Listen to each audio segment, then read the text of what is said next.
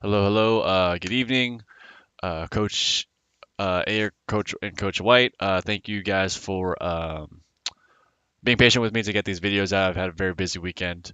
But anyway, let's dive into these two new players. This match specifically, I'm looking at your blue player. I think this is the guy in the other video, if I wasn't mistaken, against the AAU team member. I'll be analyzing him after this one. This one I want to specifically analyze. I think Billy in blue. Um, I did note initially that his offensive game is good, and so most of my critiques are for him to adjust smaller things in his offense because I like the way he plays already. There are some holes that could be fixed, in my opinion, and things that may help him in the future, and areas that he may not be, or hopefully, I'm able to point some things out that maybe you guys hadn't considered before, so I can add some value to your game. We'll be getting into Robert after this one.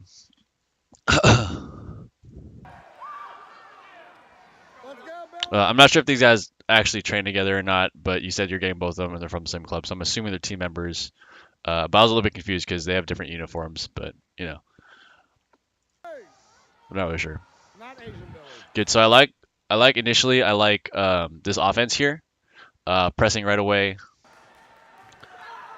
One of the things that I want to point out though is that um, I like the offensive pressure and I like what you do with it. I like that he pushes forward a lot and he gets in his face, but I think that his cut kick is telegraphed too much by leaning on the back leg. I also think that against he doesn't it doesn't seem like he has too much of an answer for someone who either counters in place against his cut specifically and or cancels his cut. And in both scenarios, multiple times during the match, the cancel will happen and then nothing happens after that on his end, or that's where his opponent is able to in essence get opportunities to score that in this case red didn't capitalize on, but other people could capitalize on. Um, and so I think developing either a short axe kick or mixing up the way you throw your cut could help patch some of those holes. Also, small note I get on a lot of people, like everyone about this is the ring management here. Don't be in the corner. Good job getting yourself back in. Good. I don't really mind that you tried to go on the reset. That's usually where you can get a lot of points.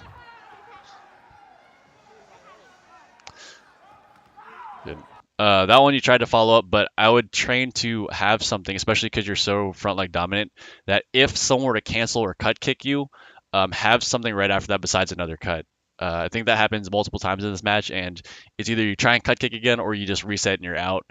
I would have a kind of head kick set up or another body kick set up that's threatening, so that way if they do cancel, they still have to be on their toes. It's not just, oh, I canceled the first attack and I can relax after. This is one of the cases. Oh, not well. I mean, this one specifically, that was a good setup for a punch. I'm not sure why he decided to punch there, actually, because you had switched legs, and that's not the leg you're, if I believe correctly. Yeah, it's not the leg you usually cut off with. So the decision here to go with the axe kick is very nice. I don't agree with having to do the spin though, because it's a little bit early, I would say, and I don't think it's necessary. Like if you had just gotten that and had gotten your foot up and went back to gotten your foot back down and gotten to a clinch, then you wouldn't have had the -1. And against other opponents, you'd say like, yeah, but I got the 3, but you also took the -1, which I don't think was necessary. And then you run the risk of injury when you fall like that, so that's another big one. That was a sacrifice for 3 points. I think that must be your dad, Billy's dad. Good. You tend to set up like this a lot, and I think against Red in particular, he doesn't really have a counter for it. But what I'm worried about is this kind of stance, telegraphing to your opponent what you're about to do, so they can either get out of way and then angle out somewhere else so that you can't do anything with it, or it lets them know that you're about to cut kick, which in that case, if they have an immediate defense against it, is something that they can prime and get ready for. Um, I think there's only one instance where you set up like this and then you can go to the head, and one instance where you do this in the back leg. So if you can do more kicks from this stance, from where you're sitting like this and your body position is back on your back leg and this is ready to lift, I think that would be good. But if you can't do other kicks, I would suggest having a more even keeled stance to kind of hide which direction you're going. Because from this instance, if someone were to hard cut above your cut, um, you guys would clash. And because you're leaning backwards, I'm not really sure how you'd be able to follow up from there. Uh, yeah. And then, yeah, on the you have to be really prepared for the cancel.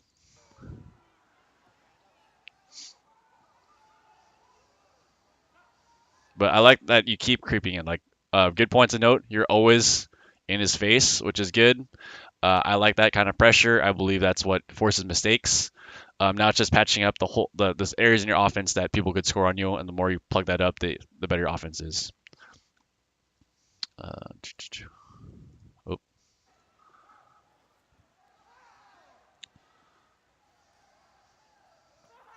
nice back leg. Try and get on the inside, hands on the inside. I'm not sure. So I know you're grabbing here and you're kind of showing that you're not. I think this is a little bit old school. Uh, Newer school tactics, you just get your arm under. You can ask Coach White about this. You just get your arms under and you hook, and you have your arms facing outwards, so that way there's no holding call, and there's also no space for red to create space enough to kick.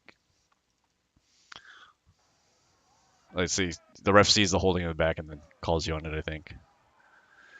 But also raising your hand like that, that this leaves you open, like because let's say that had I can't see the score, so I don't know if it did score or didn't score, but that leaves you open and you're susceptible to them not even calling the holding or pushing call, and so you're essentially giving up 2 points for the hopes that they're going to get a gum jung for something, and that's not a good trade-off.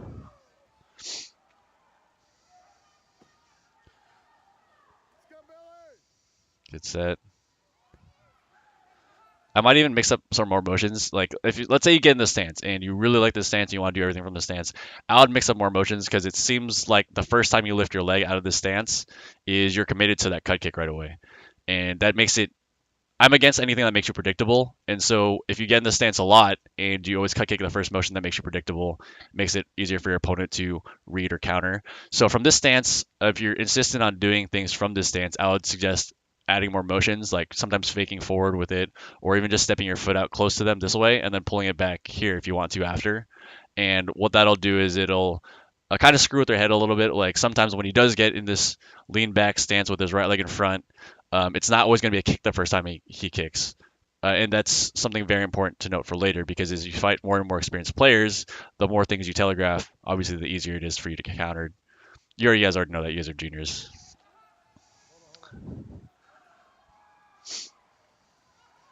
Nice job following up there. Good try. You kind of ran into that. Nice. Short X. Short X. Yeah.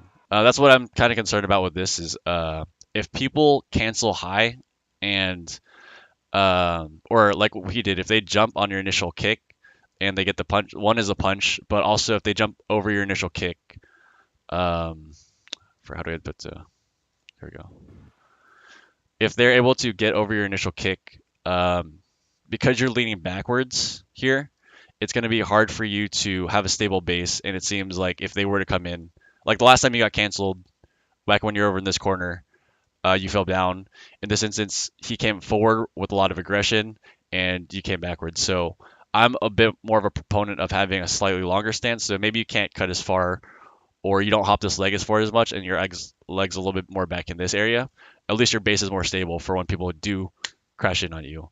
Um, I would say in this fight, it was I wouldn't say lucky because I mean luck is it's kind of an odd variable, but in this fight specifically, we're lucky that Red's defense is mostly moving back, moving back. He kind of lets you press, and he doesn't fight you in place as often or going forward. Most of his stuff is he lets you kind of move in and cut, and then he tries to follow up after one of your cuts. But if you're fighting someone who likes to fight you in place or on the line, it's I'm not sure um, what you have to follow up with a cut like that if that's going to be your main initiating weapon.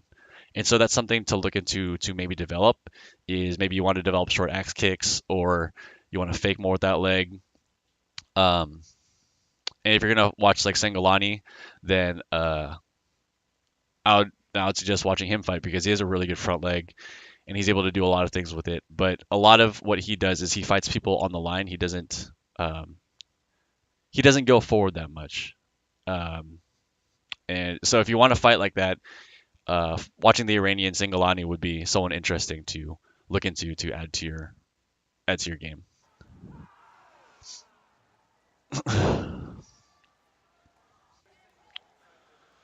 Second round.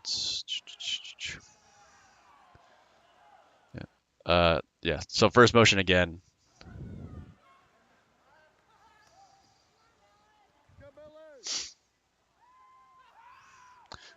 It seems like anytime there's offensive pressure, like this one didn't hit. It really hit. At least in my opinion, I don't think it hit you. But anytime there's force coming in against your cut kick here, it seems like you're falling backwards, and that's free gum jungs. So I would maybe train more to have a stable base when you do that, because I mean you don't want to give away points. Gum jung.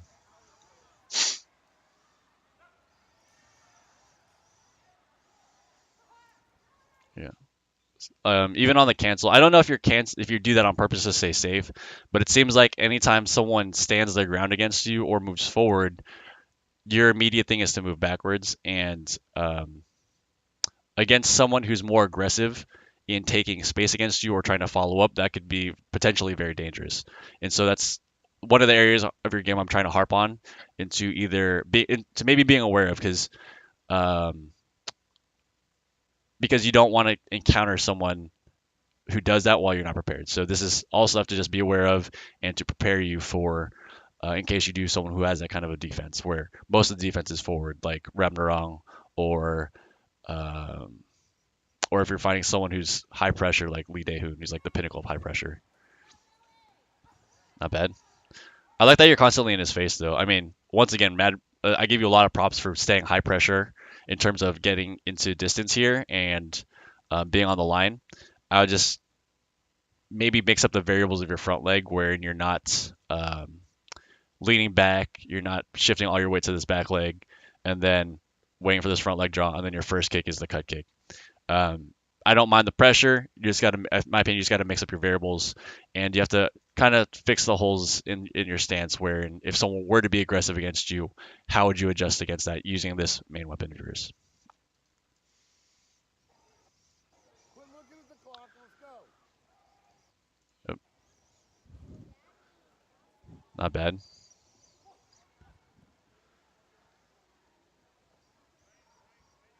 Oh, don't let him turn you. Oh, he turned you. I think you guys are friends, so you let him do that. But in the future, try not to let him do that.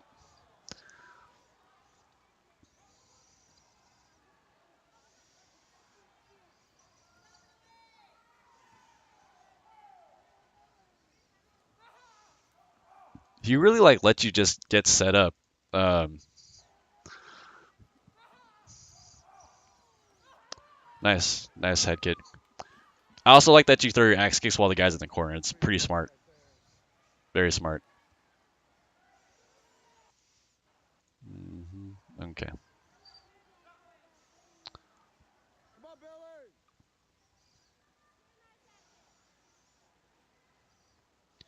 you gotta mix up the motions, man.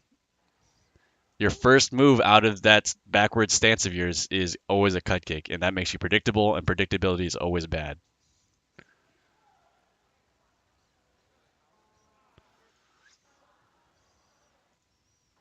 Third round. That's kind of what I'm talking about. Is the forward any forward aggression? You see, it seems like that's a kind of a hole in your game.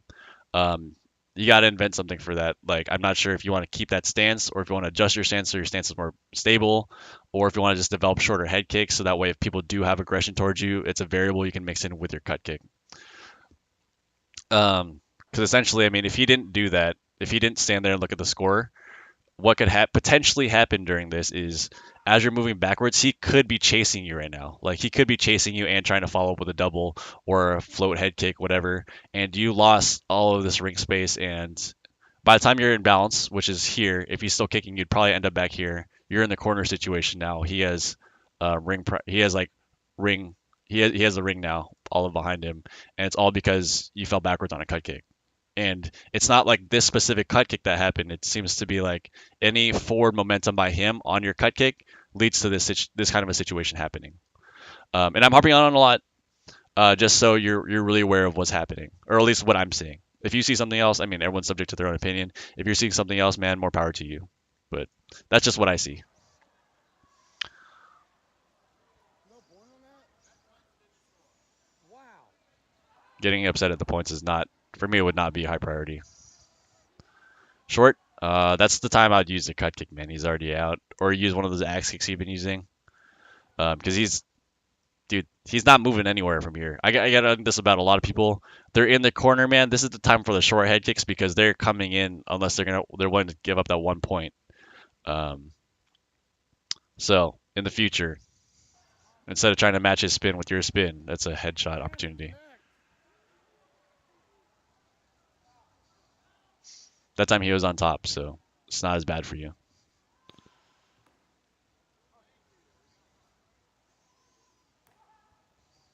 Come Mm, on, Bill. you got to not fall back after your cuts.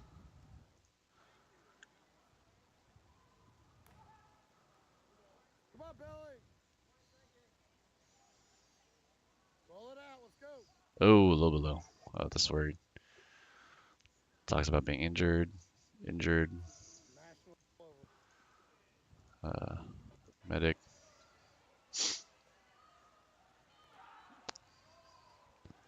I think you have to just develop something really strong with your right leg. Like there has to be some kind of short axe or short threat that comes out of here. Most of your axe kicks have been from your left side, from what I can tell. And so if you have a short axe kick here, it'll prevent people from easily coming in with forward aggression for his punch. I mean, if Red had punched more often, or if he has more variables with the footwork, and then he came in to punch more often, I think you'd have more of a difficult time. But he didn't, and I mean, that's good for you. But if you want to keep this stance and you want to keep using this leg as your initiator, I think, you need to develop the short head kick, to prevent people from just rushing you. Also, on the inside, if you're getting followed up on, I harp on this a lot, man. What international players are doing is they're hooking their arms underneath here, underneath the armpit right here, palms out, and they use their biceps. So it's like you're pulling this way against the person, so that way it doesn't look like you're holding, and the person can't get space because he has no leverage to use his arm or chest anymore since you're chest to chest. Boom, boom. And that prevents situations like that where you have to grab and try and raise one hand to look like you're not grabbing.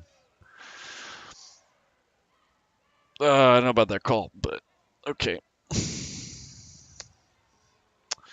All right, so that's Billy. I'm gonna stop the recording here actually and start encoding that, and then I'll send the next.